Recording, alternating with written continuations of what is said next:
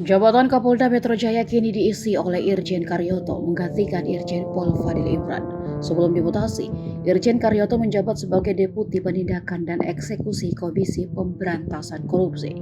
Ia juga disebut berselisih dengan pimpinan KPK Firly Bahuri soal penanganan Formula E.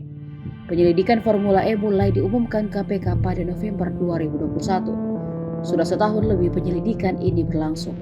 Informasi dihimpun, mayoritas pimpinan meminta penanganan yang masih penyelidikan itu untuk naik ke tahap penyidikan, meski tanpa disertai penetapan tersangka. Namun sejumlah pejabat struktural di Kedeputian Penindakan dan Eksekusi menilai penanganan perkara belum layak naik penyelidikan, sebab belum memenuhi syarat ditemukannya cukup bukti adanya korupsi. Pejabat yang menentang itu adalah Karyoto dan Endar dari Polri, Fitro dari Kejaksaan. Berselang kemudian ketiganya direkomendasikan untuk dikembalikan ke instansi masing-masing. Surat itu merupakan rekomendasi KPK terhadap ketiganya untuk mendapat promosi di instansi asal masing-masing. Namun tujuannya diduga untuk menyingkirkan ketiganya. Dugaan itu sudah dibantah langsung oleh Firly. Dilansir dari tribunnews.com, Firly mengatakan jika pembinaan karir kepolisian maupun kejaksaan merupakan tanggung jawab instansi masing-masing.